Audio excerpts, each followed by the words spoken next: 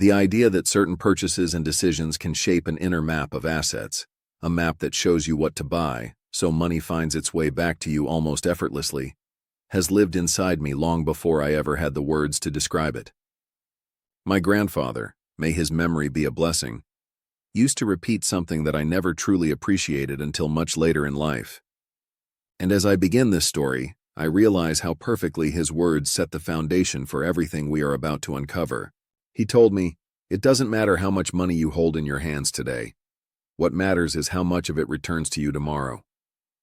When I was young, foolish, and convinced that life was supposed to be simple, I laughed at that phrase. What kind of wisdom was that? Money is just money, I thought. You earn it, you spend it, and life goes on.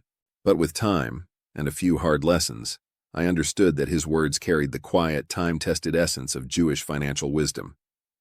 Hidden inside them was a principle that could change the way a person lives, spends, invests, and even thinks. And if you walk with me through this first part of our journey, you will begin to see how this wisdom shapes the foundation of what I call your personal asset map. The map that guides money back to you naturally, almost instinctively, like children returning home to the place they know they are loved. Most people, perhaps without realizing it, follow a pattern: earned, spent. They work hard, rushing through their days, proud of the new phone they bought or the car they managed to finance. But money, as strange as it may sound, behaves like a living creature.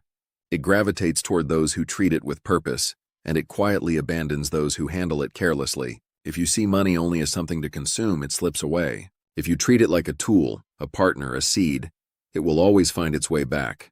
This is not mysticism. This is observation, polished and confirmed by generations of people who did not pull wealth out of thin air, but shaped it through mindset. You've surely noticed that some individuals seem like magnets for opportunity. Their businesses grow, the right people appear in their lives, and things just work out. And then there are others, working day and night, who still feel stuck, barely managing to stay afloat. Why does this divide exist? Because the first group builds a system, a structured inner map that guides their decisions, a map of assets, not impulses, while the second group walks through life without any map at all, like a traveler wandering without a compass. They spend on what never returns value, and then wonder why their wallet stays empty, even after months of effort. Now pause for a moment and imagine, what if every choice you make, every expense, every purchase, every small, seemingly insignificant decision is a step on an invisible map? One path leads to growth, another leads to loss. One step strengthens your alliance with money, another weakens it. To know where to walk, you must know your north, your point of wealth, your inner orientation toward financial clarity, and this is precisely what we will unfold. In many Jewish families, children learn not only how to count money, but how to think about money. My father used to say, "Every coin is a seed. If you eat it, it's gone forever. If you plant it, expect a harvest." I laughed at that too. What harvest could come from a single coin? But the first time I earned money not with my hands but with my mind, I understood exactly what he meant. Money grows only for those who know where to plant it.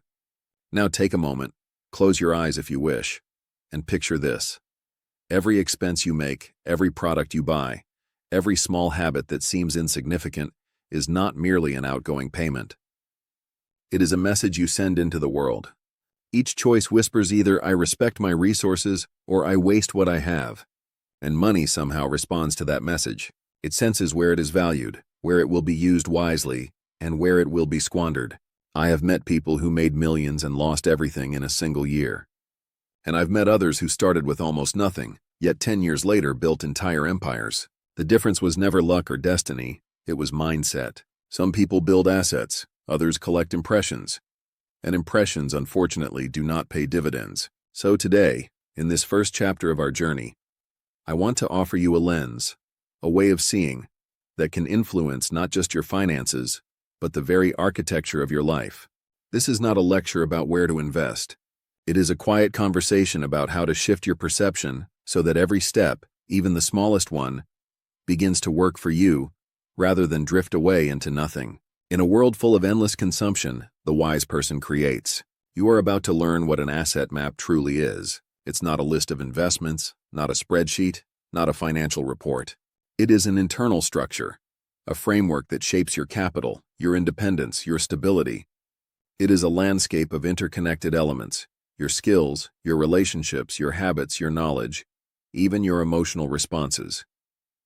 But before we build it together, you must first grasp one truth. Not everyone is ready to face the reality of their own money.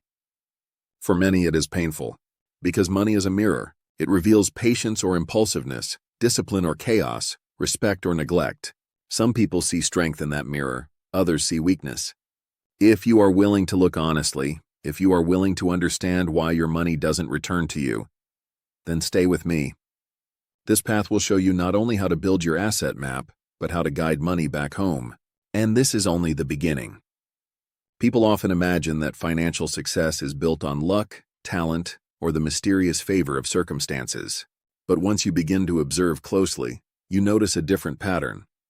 A quiet, consistent structure running beneath the surface of every truly prosperous life. It is not a secret formula or a hidden technique. It is a system of choices, repeated over years, forming an invisible map by which money naturally orients itself. And this is where the divide between people becomes most striking. Some walk through life guided by a clear sense of direction. They understand that every decision either strengthens or weakens their position. They recognize the difference between what returns value and what silently drains it. They invest in things that grow: skills, relationships, tools, knowledge, discipline. And over time, these investments begin to work for them. Others live without any map at all. They move impulsively, letting emotions dictate purchases, letting habits choose for them. They buy what sparkles, what distracts, what gives a momentary thrill but leaves nothing behind.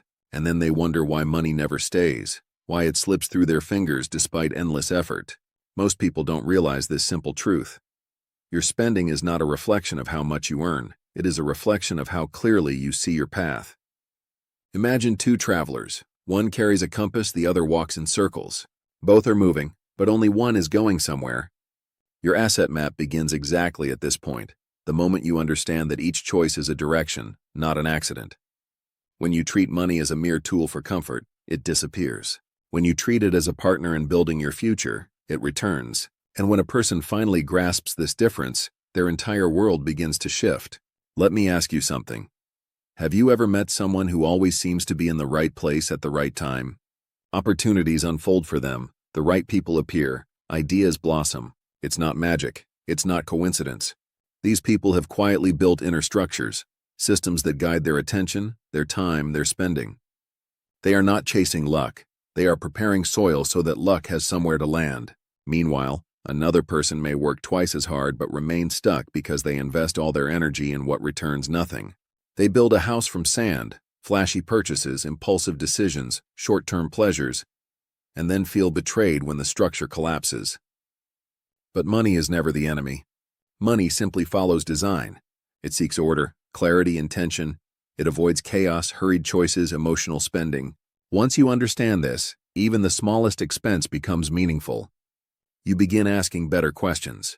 Will this return value? Will this move me forward? Or will it simply disappear? And this is the first turning point. Because a person who asks these questions can no longer live blindly. In this second step of our journey, I want you to begin noticing the architecture of your own decisions. Observe where your money goes. Observe what stays and what dissolves. Observe the quiet patterns you have been repeating for years. Because before we build your asset map, before we plant new seeds, before we guide money back to you, we must understand the terrain. Every transformation begins with clarity. Every map begins with recognition of where you stand. And every return of money begins with understanding why it left in the first place. This is where your real work begins. The moment you begin to see your financial life as a landscape rather than a series of isolated events, everything changes. Patterns that once felt random suddenly reveal meaning. Behaviors that seemed harmless begin to show their cost, and choices that looked small stand exposed as the foundation of your future wealth or your future struggle. This is where the concept of assets and liabilities stops being an accounting term and becomes a way of seeing the world. Most people imagine assets as things wealthy individuals buy: apartments, businesses, investments. But that is only the surface. True assets begin long before the first financial transaction. They begin inside your thinking, your habits, your relationships, your ability to create value, your willingness to delay comfort for growth. Let me tell you about a lesson I learned not in a classroom, but in a marketplace. I was 22, helping my father sell fabric. It was loud, chaotic, full of voices competing for attention. Traders shouted prices, tried to lure customers, argued, bargained, defended every ruble with fierce determination. And in the middle of that storm sat one elderly Jewish merchant, calm, silent, unhurried. Clients approached him without him saying a word. I couldn't understand it. So I asked him, "How do you do that? Everyone else is shouting, and yet people come to you." He smiled and said, "I'm not selling fabric. I'm selling the confidence that the buyer made the right decision." That sentence carved itself into my memory. It took me years to fully grasp what he meant, but when I finally understood, something in my mind shifted. An asset is not a thing. It is a way of thinking that brings value back to you again and again. From that moment on, I looked at every action differently. I realized that everything we do, every habit, every skill, every relationship, falls into one of two streams. Assets, things that return value. Liabilities, things that consume value. It is simple, almost deceptively simple, yet most people live reversed lives. They surround themselves with liabilities disguised as rewards, expensive gadgets, status purchases, debt-fueled comforts, and then build their daily routine around maintaining these burdens. They create a fragile financial house that constantly demands payment. Assets, on the other hand, rarely glitter at first glance. They are humble, sometimes boring, often invisible. They look like knowledge that sharpens your mind, skills that increase your earning potential, relationships built on trust rather than advantage, habits that strengthen discipline instead of weakening it, tools that help you create rather than distract. These things may not offer immediate pleasure, but they compound silently. They build layers of stability, they open doors, they produce returns long after the initial effort is forgotten. I remember meeting a young man once, frustrated, exhausted, convinced the world was unfair. "I work constantly," he said, "but I have nothing to show for it. The money just disappears." So I asked, "Where does it go?" He shrugged. "Food, outings, clothes, whatever." I told him, "Show me your expenses and I'll show you your future." He laughed, thinking it was a joke. But when we laid everything out on paper, 90% of his spending was on things that would never return a single coin. Not in value, not in growth, not in opportunity. Then something remarkable happened. Not because he suddenly earned more, he didn't, but because he became aware. Awareness shifts a person the same way a compass shifts a traveler. Within a year, he started a small business based on his hobby. For the first time in his life, money began to work for him rather than against him, not because he became richer, but because he stopped digging holes. Awareness is the first form of wealth. Discipline is the second. Assets grow out of both. In Jewish tradition, there is a saying, "Whoever protects a penny prepares for a ruble." But this isn't about stinginess. It's about respect. Respect for the cycle of value. When you invest in knowledge, that's an asset. When you strengthen your health, that's an asset. When you build trust, that's an asset. When you spend for status, you feed someone else's assets, not your own. Take a sheet of paper, draw circles like a solar system. Place yourself at the center, around you, your spheres, knowledge, skills, business of work, relationships, health, reputation. These are your planets, potential sources of return. Then be honest with yourself. Which ones bring value back, and which ones only consume it? Which ones grow you, and which ones drain you? When you finally see the map clearly, something extraordinary happens. You stop living reactively, you begin living intentionally. You begin choosing growth instead of decay. And that is the moment when the path to genuine wealth finally reveals itself. Once you begin to distinguish clearly between what strengthens you and what weakens you, the next step becomes unavoidable. You must face your financial reality without illusions. Not with fear, not with shame, but with the calm honesty of someone finally ready to build a stable foundation. This is the moment most people avoid. Because clarity is powerful, and power can feel uncomfortable. But without this step, no asset map can exist. The first practical action is deceptively simple. Write down every expense you make. Every coffee, every subscription, every delivery, every impulsive treat, all of it. People resist this exercise because they think they already know where their money goes. But the moment they put it on paper, the truth reveals itself with startling precision. Most people discover that nearly half of their income slips away into things that give nothing in return. Not value, not knowledge, not growth, just fleeting comfort. This is why the exercise is so powerful. The eyes do not lie.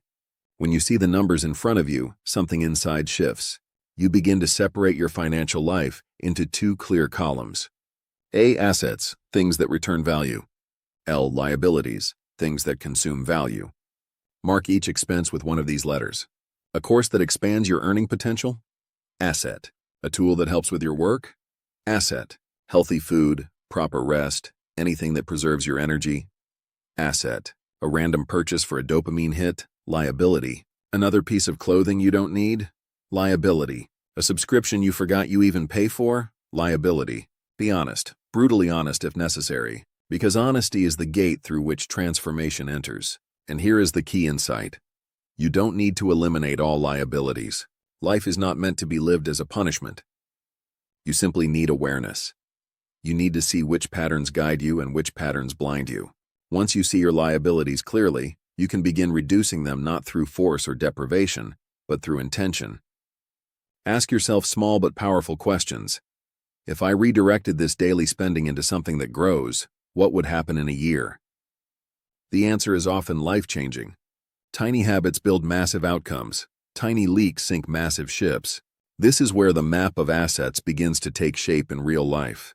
Because once you free even a small part of your income from unconscious spending, you suddenly gain the ability to plant seeds instead of eating them.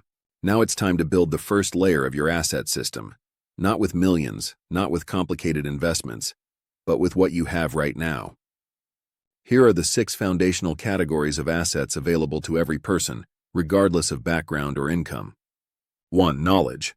Knowledge is the most portable, resilient, unstealable asset you will ever own. A single insight can return more value than years of labor. Books, courses, mentorships, conversations with people wiser than you. Every new idea becomes a potential engine for future growth. 2. Skills. The marketplace pays for ability, not certificates. A skill, writing, analyzing, selling, designing, calculating, managing, is a form of capital that no crisis can erase. The more skills you stack, the more routes you create for money to return to you. 3. Health. A healthy body is an undervalued financial asset. When you have energy, clarity, focus, endurance, you make better decisions, seize opportunities, avoid burnout, and create more value. Illness is one of the most expensive liabilities in the world. 4. Relationships. People often overlook this, but relationships are among the highest yielding assets in existence. Supportive individuals, mentors, collaborators, loyal friends. They open doors that money alone cannot. Trust is a currency with an ever-growing exchange rate. 5. Reputation. Your name walks into the room before you do. A strong reputation reduces risk, creates opportunities, and attracts partnerships. It is a silent multiplier of wealth. A person with integrity is always in demand. 6. Money. When you finally accumulate some savings, even a small amount, you can begin allocating it in 3 streams: consumption, reserve, and investment. The reserve protects you, the investment grows you, the consumption sustains you. Even tiny contributions shape the habit of wealth, and habit always precedes fortune. Money works only when it moves. Money strengthens only when you guide it. Money returns only when you give it a purpose. And now we arrive at the most precious asset of all. 7. Time. Time is the resource people waste first and regret last. It is the foundation upon which all other assets depend. A person who dedicates even 1 focused hour each day to growth, reading, practicing, learning, planning, becomes unrecognizably stronger within a year. Small investments of time create massive dividends of ability. Massive dividends of ability create massive returns of money. Every asset begins with time. Every transformation begins with discipline. Every upward step begins with intention. This part is the moment where you finally stop drifting and start steering, where your map of assets begins to turn from an idea into a structure. And once this structure appears, the world around you begins to rearrange itself in response. When people first begin shifting their financial mindset, they expect dramatic change. A sudden breakthrough, a moment of revelation, a leap from struggle to abundance. But real transformation rarely arrives as an explosion. It comes quietly, like a seed pushing through the soil, almost unnoticed at first. The truth is this: small, consistent actions build the strongest empires. And nowhere is this more visible than in the stories of ordinary people who decided, once and for all, to stop living blindly. Let me share a few of these stories, not for inspiration, but for clarity. They reveal the mechanics of how wealth begins, how systems grow, and how one shift in thinking can reroute the entire trajectory of a life. The market seller who doubled his income. There was a man I knew who sold vegetables at a local market. Nothing glamorous, nothing extraordinary. His income was small but predictable, and for years he believed this was simply his destiny. One day I asked him, "Do you want your business to grow?" He answered without hesitation, "Of course." So I told him, "Then stop working blindly, start observing." He began tracking small details: which vegetables sold fastest, which customers returned, what times were busiest, how prices changed with the seasons. Nothing about his stall changed, yet everything changed. A year later he had a system, a simple system, but a system nonetheless. And what do systems do? They multiply results. His income doubled. Not because he worked harder, but because he worked with awareness, planting assets instead of guessing in the dark. The young woman who turned a hobby into an income stream. There was a young makeup artist I once met. She worked long hours, barely making ends meet.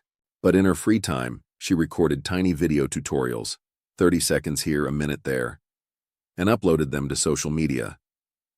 She thought it was nothing, a distraction, a hobby. But hobbies, when treated with consistency, often reveal themselves as assets. Within 2 years, those simple videos became a portfolio. Her portfolio became a following. Her following became partnerships. Partnerships became income. And income became a school she built from the ground up. What changed her life was not talent. It was compound effort, the silent interest earned on small, repeated actions. The employee who thought he had no opportunities. Another man once complained to me, "I work constantly, but nothing improves, I'm stuck." I asked him to show me his past year, not in memories but in actions. We reviewed his habits, purchases, time usage, conversations, investments in himself. What emerged was not misfortune, but a pattern. Every choice he made fed liabilities, not assets. He wasn't unlucky, he was unfocused. Once he redirected even a fraction of his energy, reading 20 minutes a day, practicing a new skill twice a week, saving a small portion of each paycheck. Opportunities began appearing as if out of thin air. But nothing appears out of thin air. Opportunities bloom wherever the soil has been prepared. The silent law of growth. Every one of these people discovered the same truth. Money begins to return only when life stops leaking. You don't need dramatic breakthroughs. You don't need a sudden stroke of luck. You don't need someone to give you permission. You need consistency. You need clarity. You need alignment between your actions and your future. The moment you stop feeding your liabilities and start feeding your assets, even in the smallest ways, life responds. Not immediately, not loudly, but inevitably, because growth is not an event, it is a direction. A direction you choose again and again, until the world has no choice but to shift accordingly. This part is where your asset map begins to show movement, where small steps start shaping a new financial identity. And once identity shifts, behavior follows, and results cannot help but transform. As your understanding deepens, and the first movements on your asset map become visible, you arrive at a principle that has shaped generations. A principle quiet, elegant, and deceptively simple. It is often described as a formula, though it is more of a way of living. A rhythm through which value circulates and returns. It is known in Jewish tradition as a path toward sustained prosperity, and it consists of 4 movements. Not rules, not laws, but movements, each one strengthening the next. These 4 movements are: honor what you already have, multiply what works, release what drags you down, give when you can.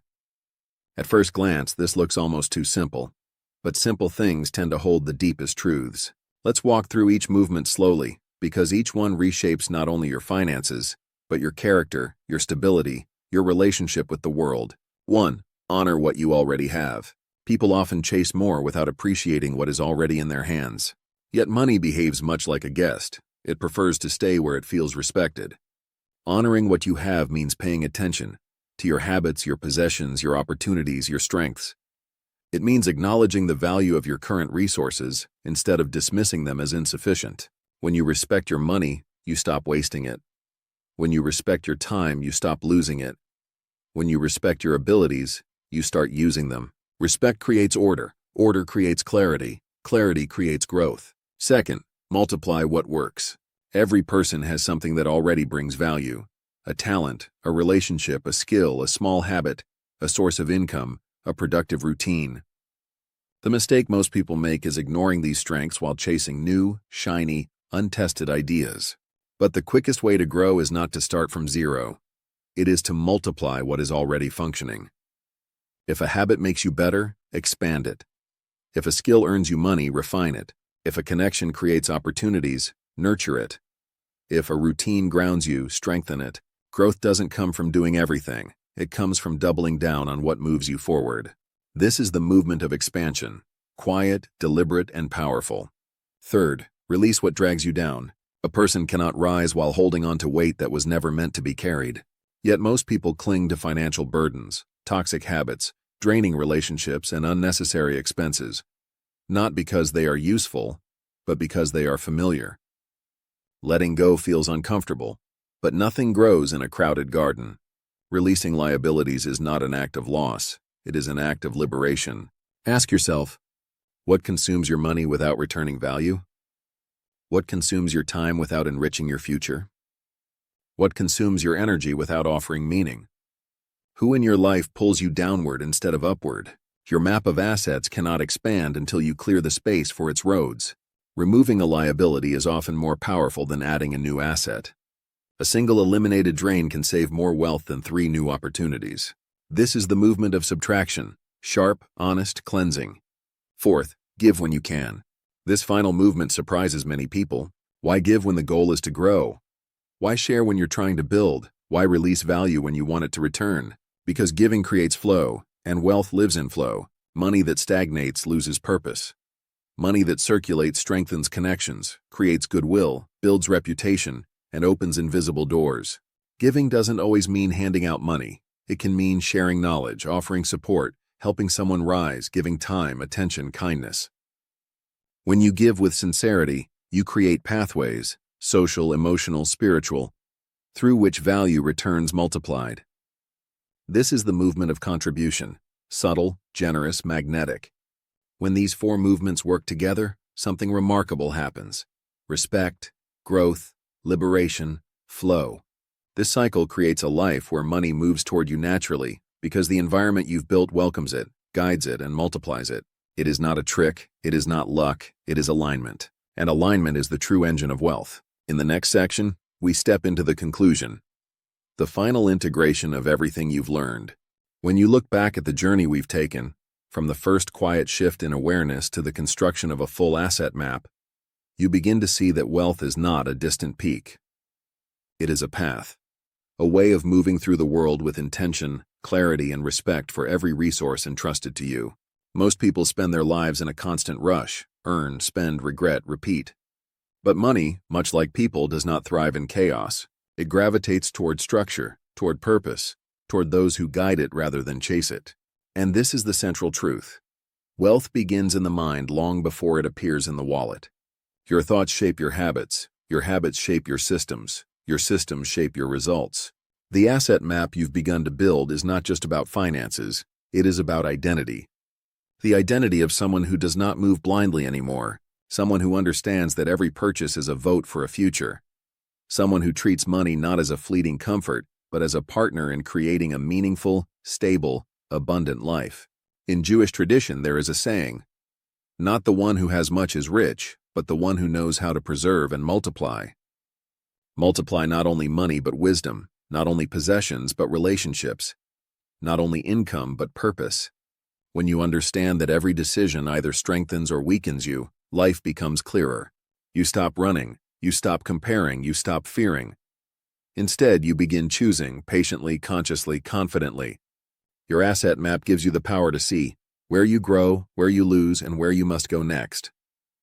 Every skill you build is an asset. Every relationship you honor is an asset. Every book you read is an asset. Every healthy habit is an asset. And every liability you release frees space for growth. This is how people become wealthy, slowly, intentionally, and with deep respect for their own potential. So now, as we close this chapter, The question is no longer whether money will return to you. It is whether you will create the environment where its return becomes inevitable. You have the map, you know the movements, the next step is yours. If this journey resonated with you, if these ideas stirred something quiet but important inside you, then stay with me. Subscribe not for the numbers, but for the path we're walking together. Each week, we continue building this foundation, exploring how wisdom, discipline, and clarity can turn your life into a system that supports you rather than drains you. And before you go, let me ask you, which part of this journey spoke to you the loudest? Your answer is the first marker on your own asset map.